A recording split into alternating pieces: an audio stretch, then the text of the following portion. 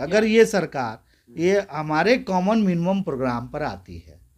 Agenda क्या होता है? एजेंडा पहले तय होता है, समझौते होते हैं, समझौते के आधार पर गठबंधन होते हैं। कम से कम इस फिरका परस्ती सरकार को तो उखाड़ ही फेंकना चाहिए, जो लगातार जय श्री राम के नाम पर दलित और मुसलमानों के ऊपर मॉब लिंचिंग का काम कर रही है। नहीं लिए जाते थे, जिसपे हमने एक बड़ा आंदोलन भी खड़ा किया, बहुत सारे थानों में घेराव भी किया।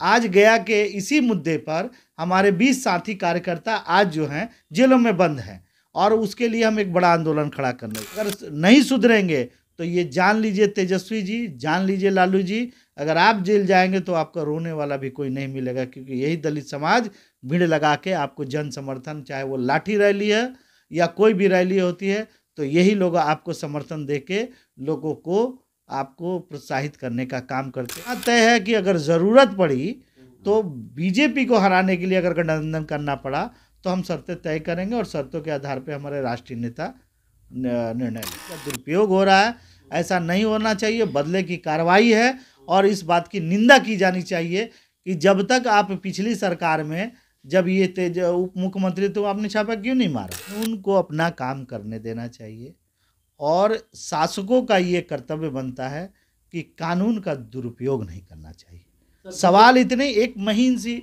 एक लाइन है संतुलन का और ईमानदारी का, निष्पक्षता का।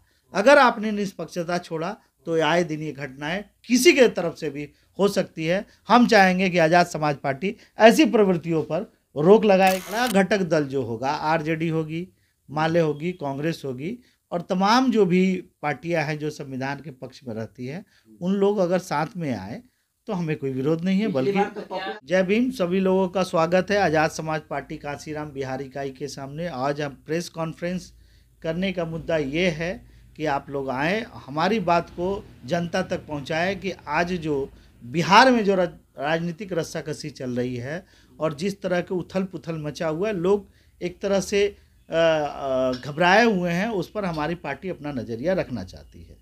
आप लोग चाहें तो जन सरोकार वाले कोई भी प्रश्न हमारे आज़ाद समाज पार्टी से पूछ सकते हैं।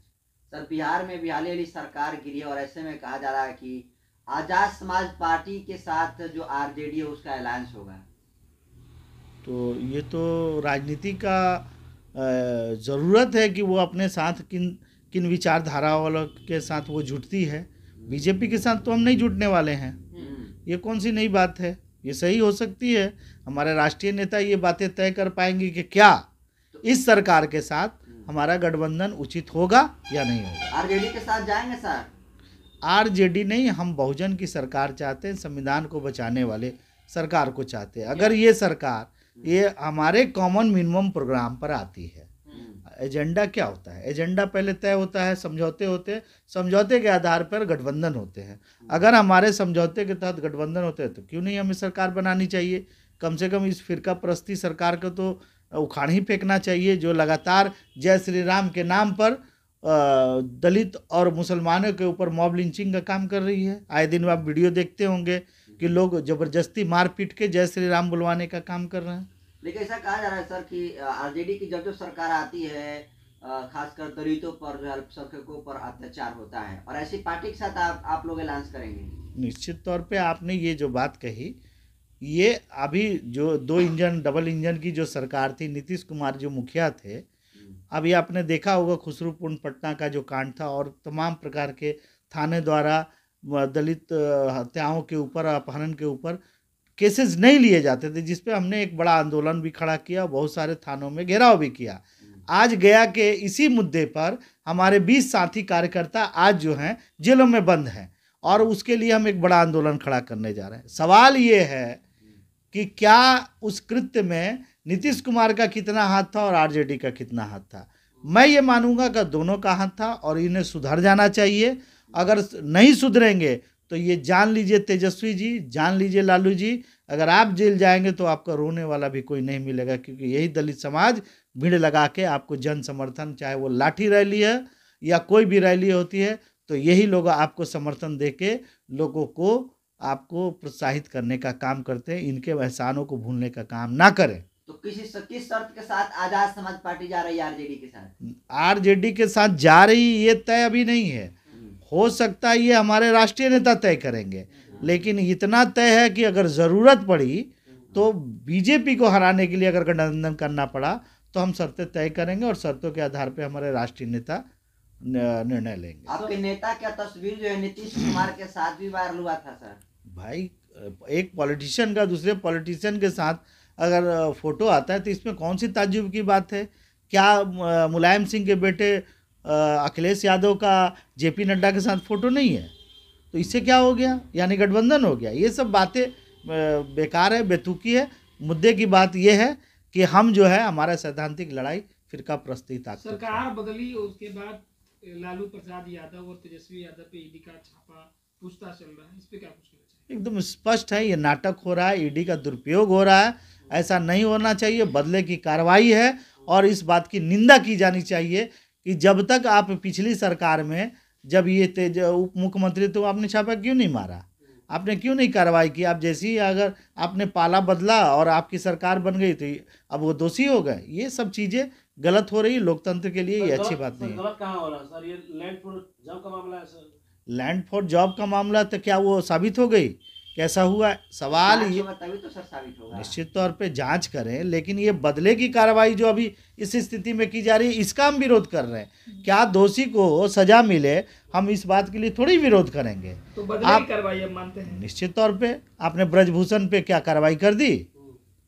आपने क्या आप जो संसद में आपने जो सांसद को गलियाने का काम किया उस पर कार्रवाई कर दी? आपने क्या राष्ट्रपति शासन लागू मणिपुर में कर दी? नहीं की।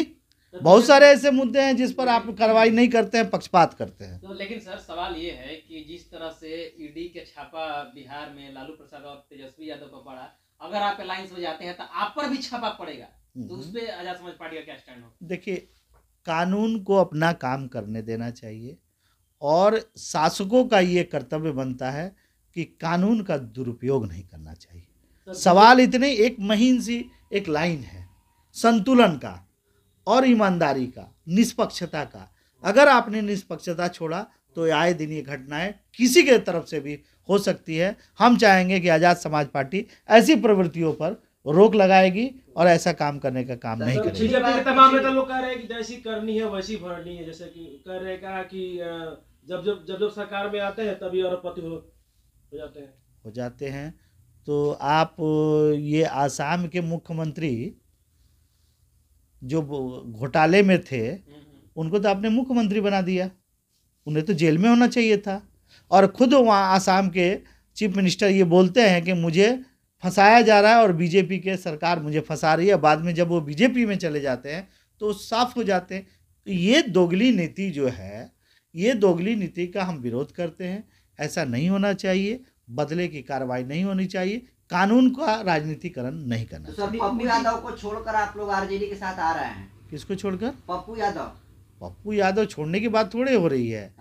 बड़ा घटक दल जो होगा, आरजेडी होगी, माले होगी, कांग्रेस होगी और तमाम जो भी पार्टियां हैं जो संविधान के पक्ष में रहती है, उन लोग अगर साथ में आए तो हमें कोई विरोध नहीं है। बल्कि तो पप्पू यादव के साथ लड़े थे सर चुनाव। हाँ, लड़े थे। हाँ, तो इस बार भी लड़ सकते हैं। क्या आजाद समाज पार्टी अपने आप को छोटा पार्टी मानती है जो इन लोगों को बड़े? देखिए, एक बात तो सच्चाई माननी पड़ेगी कि हमारा वोट का परसेंटेज पहले कम था, अब बढ़ा है। अब ये तय करेगा कि अगले चुनाव में हमारी क्या औकात होगी। अभी हम हमारे इस प्रदेश में कोई विधायक नहीं है, लेकिन बढ़ती लोकप्रियता से ये तय है कि आने वाले समय में ये सरकार भी बना सकती है। विपक्षी दलों का बिहार में कहना है कि नीतीश जी जिस तरह से लगातार पलटी मार रहे हैं तो कहीं ना कहीं बिहार की जनता का विश्वास खो रहे हैं। देखिए, आप इस बारे में मैं क्या टिप्पणी करूं, लोग सभी देख रहे हैं। लेकिन इस तरह से सत्ता को फुटबॉल की तरह यूज नहीं करना चाहिए। मैं यही कहूँगा, उनकी क्या मजबूरियाँ रहीं कि वो बार बार, ये देखिए, एक बात तो स्पष्ट है, एक मुख्यमंत्री दोबारा मुख्यमंत्री बनना नहीं चाहता है और उसके लिए वो सत्ता परिवर्तन कर रहा है। ये मेरे हजम की बात नहीं। कुछ ना कुछ इन दोनों के बीच में मजबूरियां रही होगी, या तो नीतीश कुमार में कमी रही होगी, या हो सकता है बीजेपी का अतिरिक्त दबाव हो दोनों पर कि अगर आपने नहीं तोड़ा तो हम आपको जेल भेज देंगे, बुरी तरह फंसा के जेल भेज देंगे, झूठे केस में फंसा के भेज देंगे। हो सकता है नीतीश कुमार जी डर के मारे भी पाला बदल लिए हों, ये उनका मामला है, लेकिन ऐसा नहीं होना चाहिए।